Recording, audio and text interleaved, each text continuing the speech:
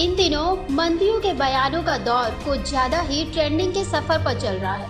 गुजरात के चुनाव से पहले सभी राजनीतिक पार्टी गुजरातियों के दिलों को टटोलने की कोशिशों में जुटे हुए हैं। इसी सिलसिले में आप पार्टी के संयोजक केजरीवाल आज गुजरात दौरे पर हैं। लेकिन हैरानी की बात तो ये है कि दिल्ली सरकार में कैबिनेट मंत्री राजेंद्र पाल गौतम ने एक विवादित बयान दिया है, जिसके विवादों का सीधा असर गुजरात में जा पहुंचा।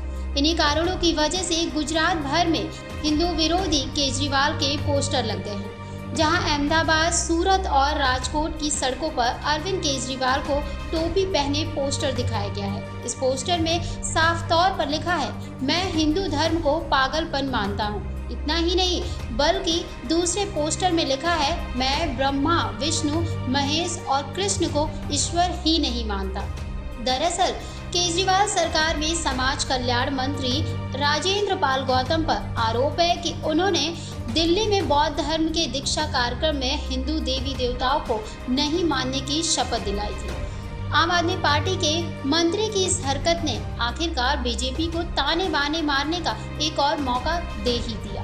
फिर क्या, समारोह में बैठे भाजपा के तेज तड़ाक सांसद मनोज तिवारी ने नागपुर में मंत्री राजेंद्र द्वारा कहे गए बेतुके बयानों का वीडियो बना सोशल मीडिया पर शेयर कर दिया, जिसके बाद इस विवादित मसले ने आप पार्टी के नेताओं की हालत खराब कर दी।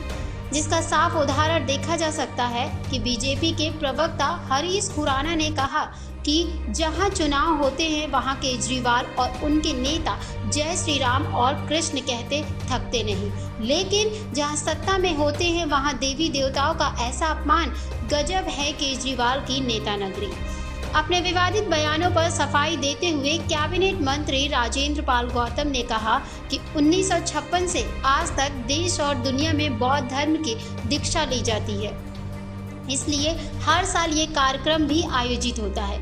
नागपुर में बाबा साहेब अम्बेडकर ने दीक्षा ली थी। इस दौरान उन्होंने 22 प्रतिज्ञा ली थी, जहां किसी की आस्था या धर्म को ठेस पहुंचाने का मकसद नहीं है। इन प्रतिज्ञाओं का सिर्फ एक ही मकसद है, और वो है कि भारत मजबूत हो और जातिवाद मुक्त भारत बने।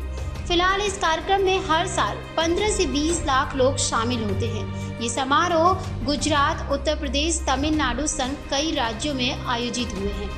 वहीं इन विवादों को लेकर अब केजरीवाल कई नेताओं की रडार पर आ चुके हैं।